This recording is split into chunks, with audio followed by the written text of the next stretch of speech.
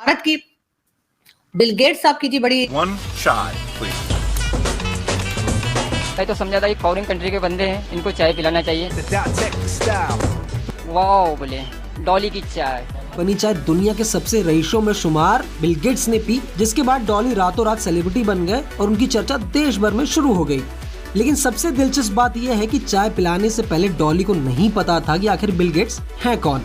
डॉली से जब पूछा गया कि आप बिल गेट्स को जानते हैं, तो डॉली मुस्कुराकर जवाब देते हैं और कहते हैं, मेरे को तो बिल्कुल नहीं पता था, मैं तो समझा था कि ये फॉरेन कंट्री के बंदे हैं और मुझे इनको चाय पिलानी है, इसलिए मैंने चाय पिलाई। हेलो दोस्तों, आप सभी का स्वागत है हमारे YouTube चैनल पे। आज दुनिया का 7वां सबसे अमीर आदमी भारत आया। वो निफिकिर भारत के सड़कों पे घूमता रहा अकेले और एक ठेले वाले के पास जाकर चाय का डिमांड किया, जिसका नाम है डोली चाय वाला। उसे पता ही नहीं था कि उसके चाय के ठेले पे कौन आया है चाय पीने। ये सब देखकर पाकिस्तानी यूट्यूबर बोली कि इतना अमीर आदमी अगर हमारे पाकिस्तान में ऐसे घूमता तो भाई लोग कब के उठा ले गए होते। अनिल अंबानी के लड़के की शादी में 50 करोड़ डॉलर का खर्च सुनकर पाकिस्तानी यूट्यूबर परेशान हो गए। इतना पैसा एक शादी में खर्च करना, इतने में तो पाकिस्तान का पूरा खर्चा निकल जाए। चलिए देखते हैं देर न करते हुए कि क्या कह रही है पाकिस्तानी बिल यूट्यूबर। गेट्स साहब की जी बड़ी जो है पिक्चर्स वायरल हो रही है, न्यूज बहुत चल रही है, पाकिस्तान में भी सभी लोग देख रहे हैं। एक चाय वाले के साथ, जी हाँ, चाय वाले के साथ जो है वो इंडिया में खड़े दिखाई दे रहे हैं, मुस्कुराते हुए रोड पर जो है चाय पी जा रही है। और हम लोग ये बात कर रहे थे आज पाकिस्तान में, कुछ मैं अपने दोस्तों से बात कर रही थी और मैंने कहा कि भाई इंडिया में इतनी सिक्योरिटी है, सिक्योरिटी की सिचुएशन इतनी परफेक्ट है कि बिल गेट्स हो या कोई भी हाई प्रोफाइल्स हो, वो रोड पे खड़े होकर चाय पी सकते हैं। हमारे यहाँ तो अगर कोई रोड पे खड़े होकर आम पब्लिक नहीं पी सकती चाय, क्योंकि अगर कराची या इस किस्म के एरियाज में आप जाएं तो वहां पे हर एक को ये रहता है कि मेरा मोबाइल ना छीन ले, कहीं कोई से आके कोई टपका के ना चला जाए। आपको मालूम है कि वो अननोन गनमैन तो ऐसे उधर घूमते ही रहते हैं पूरे पाकिस्तान में। और वहां पर इतनी हाई प्रोफाइल अगर बाहर खड़े होकर चाय पियेंगे तो हमारे भाई लोग तो उठा के ले जाते। भाई लोग से मेरा पिंडी मतलब नहीं है, मेरा मतलब भाई लोग हम उन्हें भी कहते हैं ना, वो जो होते हैं किडनैप करने वाले होते हैं, आप लोग तो फट करके उधर पहुंच जाते। नहीं, मैंने उनको नहीं कहा, उनको मैंने बिल्कुल नहीं कहा। मैंने बात की थी यार कोई और, इसको प्लीज एडिट कर देना तुम लोग। हाँ, मैं ये कह रही थी, और भूल मत जाना एडिट करना।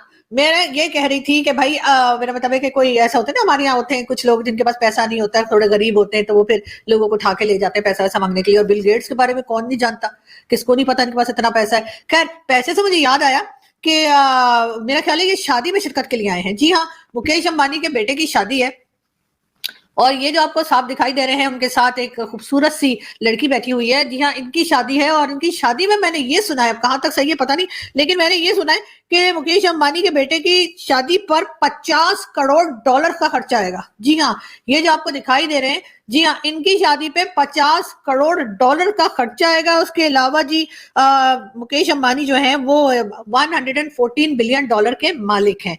और साथ साथ जी तकरीबन 2800 डिशेस बनेंगी, यानी कि पता नहीं कौन कौन सी डिश होगी जो नहीं होगी। 2000 डिशेस जो हैं वो तैयार की जा रही है खाने में। उसके अलावा ये भी बताया गया है कि उनकी शादी से पहले जो है वो तकरीबन 50,000 लोगों को खाना भी खिलाया जाएगा।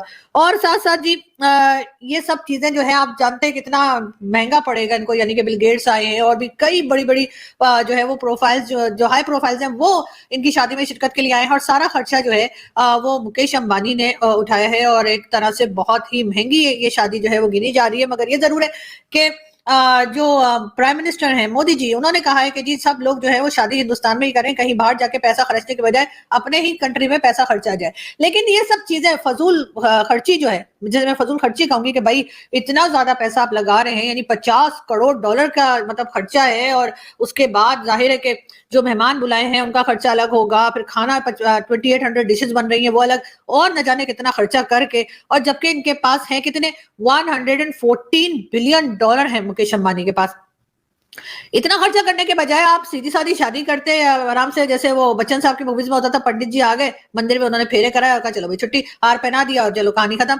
और ये जो पैसा बच जाता है उसमें से अगर आप 2 बिलियन डॉलर पाकिस्तान को दे देते तो यहाँ से 25 करोड़ लोगों की आपको सारी जिंदगी दुआएं लगती। और यकीन करें उससे आपका बिजनेस इतना चलता कि अभी जहाँ है ना हम उससे भी कहीं आगे पहुंचा देते। हमारी दुआएं एक बार लेकर तो देखें। अब मोदी जी के तो मैं कह के थक गई हूँ, लास्ट 2 ईयर्स हो गए, मेरे तो गला बैठ गया, लेकिन मोदी जी की समझ में नहीं आ रहा कि पाकिस्तान को 2 बिलियन डॉलर दे दें या चले एक भी हम ले तो हम एक भी लेंगे, लेकिन अगर 2 होंगे तो ज्यादा अच्छा है ना। अकेला क्या करेगा, अकेला बिलियन लेके यहाँ पे अकेला परेशान हो जाएगा, बोर हो जाएगा। तो 2 बिलियन दे दें, 3 भी दे सकते हैं।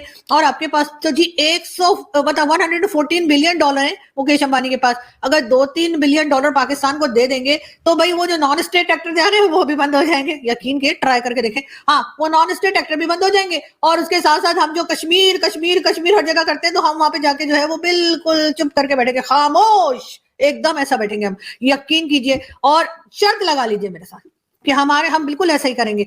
और हम कहेंगे जी भारत से अच्छा तो देश ही कोई नहीं है। हमने जो भारत के इतने गाने गाने ना, इतनी खुशी के शादियाने बजाने भारत के लिए कि मोदी जी भी हैरान हो जाएंगे कि अच्छा ये मतलब ये तो 2-3 बिलियन में इतना हमारे फेवर में हो गए।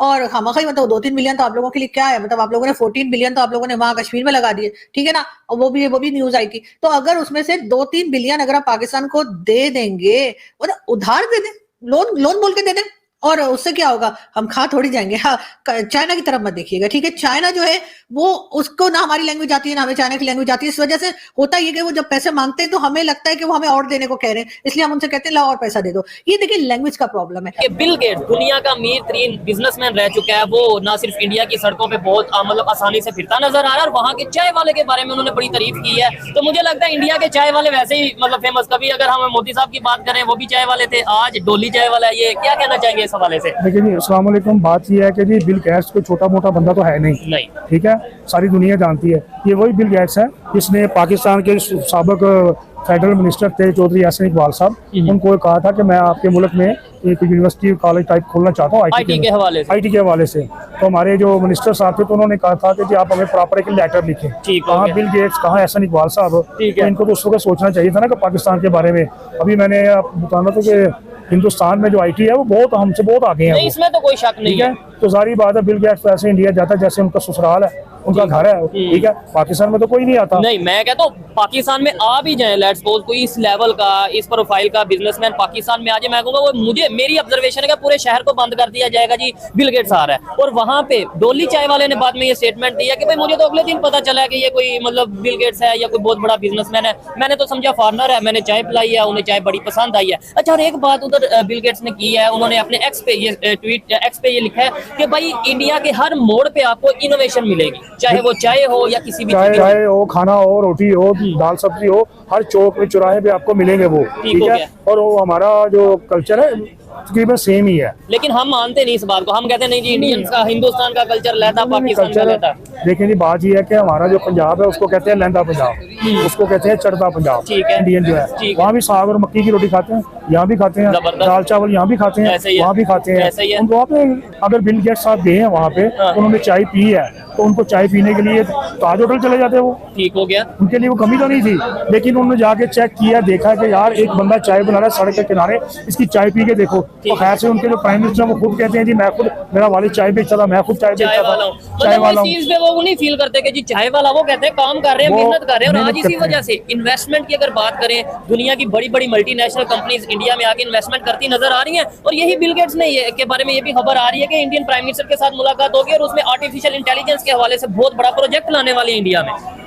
तो इंडिया में तो लाएंगे प्रोजेक्ट, इसलिए कि मोदी साहब को फुल कोशिश है कि मैं जो अप्रैल 2024 में वो इलेक्शन में जा रहे हैं, ठीक है, तो इलेक्शन में जीत जाऊं, ठीक हो गया। लेकिन इससे पहले वो इलेक्शन जीते, उनकी जो पब्लिक है, इंडियन आवाम जो है, वो भी कहती है, कुछ कहते हैं जो बिल्कुल ही फंडामेंटलिस्ट, जिनको हम बुनियाद परस्त कहते हैं हिंदू, वो कहते हैं जी मोदी साहब आए।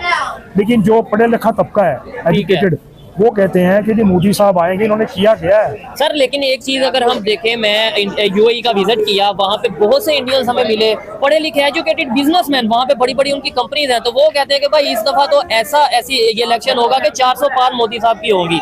यहाँ पे हमारे मीडिया पे बताया। फिर एक सवाल ये कि किया क्या, जो हमें नजर आ रहा है दुनिया की 5वीं बड़ी इकॉनमी, मतलब आप डिसएग्री कर सकते हैं वो जी मेरा ख्याल है आप चौथी बड़ी इकॉनमी कह रहे हैं, वो तो कह रहे हैं 2025 में हम तो दूसरे नंबर पे आएंगे, ठीक हो गया। उन्होंने दिल को कहा उन्होंने, ठीक है। ईरान ने अटैक भी किया, फिर उसके बाद ये इस्लामिक ब्रदर कंट्री, ब्रदर उम्मा, ये इसका कंसेप्ट तो एक साइड पे हो गया। फिर $18 बिलियन का फाइन, ये कितना बड़ा फाइन है। आप दे सकते हैं $18 बिलियन? मैं कहता हूँ हम तो बिल्कुल पाकिस्तान तो आप तो उनके पाँव पड़ रहे हैं, कहते हैं भाई खुदा का वास्ता वर्ल्ड में ना कोर्ट में जाओ, हमारी जान छोड़ दो, लेकिन ये है कि जब तक आपको अमेरिका आपको नहीं कहेगा ठीक है। गो अहेड जाओ नहीं ले लो सर, जाके। रशिया की अगर बात करें, सैंक्शंस लगी, इंडिया ने तो उनसे ऑयल लिया, फिर वही इंडिया ईरान से, उसी ईरान से ऑयल लेता नजर आता है, रिलेशन बेहतर करता नजर आता है। हम क्यों नहीं ले पाते, हम क्यों नहीं कर पाते? ब्राजील से वो तेल ले रहा है, कौन? इंडिया ठीक है। रशिया से ले रहा ठीक है है। और वो आगे बेच रहा है। हाँ, बिल्कुल। कच्चा तेल लेके बेच रहा है। पूरी दुनिया में कच्चे तेल का सबसे बड़ा जो ग्राहक है वो चाइना है। ठीक हो ठीक गया। है। इवन यूरोप को इंडिया जो सा वो ले एक्सपोर्ट रहा है ना। हाँ। हम दुनिया के सबसे बड़े डिकेट है पाकिस्तानी जो। हकीकत बताऊं, अच्छा धोखेबाजी में 1 नंबर, अच्छा 2 नंबरी में 1 नंबर। इंडियन कभी किसी के साथ धोखा नहीं करेगा, अच्छा। किसी का हक नहीं खाएगा। और मैंने तो ये और सुना है पाकिस्तानी इसका दाल लगेगा, खुदा की कसम ये बाप को भी काट के खा जाएगा। तय अब जो बंदा उस औरत के ऊपर हमला करने आ रहा है, जब उससे मैंने खुद इंटरव्यू किया, जब मैंने उससे सवाल किया तो वो बंदा आकर कह रहा है कि मैं पढ़ना लिखना मुझे नहीं आता। तो एक बंदे को पढ़ना लिखना नहीं आता और वो नारे लगा रहा है कि इसका सर जो है वो किसी से पूछे तो सही यार ये क्या लिखा हुआ है, किसी को उसका हक बनता है पूछना। ये ब्रांड किसने, ये पाकिस्तान ने इजाजत दी है तो वो कवेत पाकिस्तान में है ना। हाँ जी। पाकिस्तान ने इजाजत तो दी है मान मेरे है। वहाँ पे तो ये चलता बिल्कुल, होगा। बिल्कुल। और उनकी यहाँ पे वहाँ पे हमारी जुर्रत नहीं कि उनके आगे उफ कर जाए, ऐसे चपेड़ मारेंगे कि हमारे दांत बाहर आ जाएंगे। और मेरा वहाँ पे बगाले की बात कर रहा था, बगाला था तो इंडियन ने जब जाना होता था ना छुट्टी, तो 1 महीना पहले बोलता था भाई मैं छुट्टी जा रहा हूँ, मैं आपको पैसे दूंगा, आप मुझे सामान देना। मैं कहता था ठीक है। और जब पाकिस्तानी ने छुट्टी आना होता था ना, तो ये 1 महीना पहले जो है ना, पहले अगर 10 रियाल का सामान लेता था ना, तो फिर ये महीने में 50 रियाल का सामान खा के पाकिस्तान भाग आता था।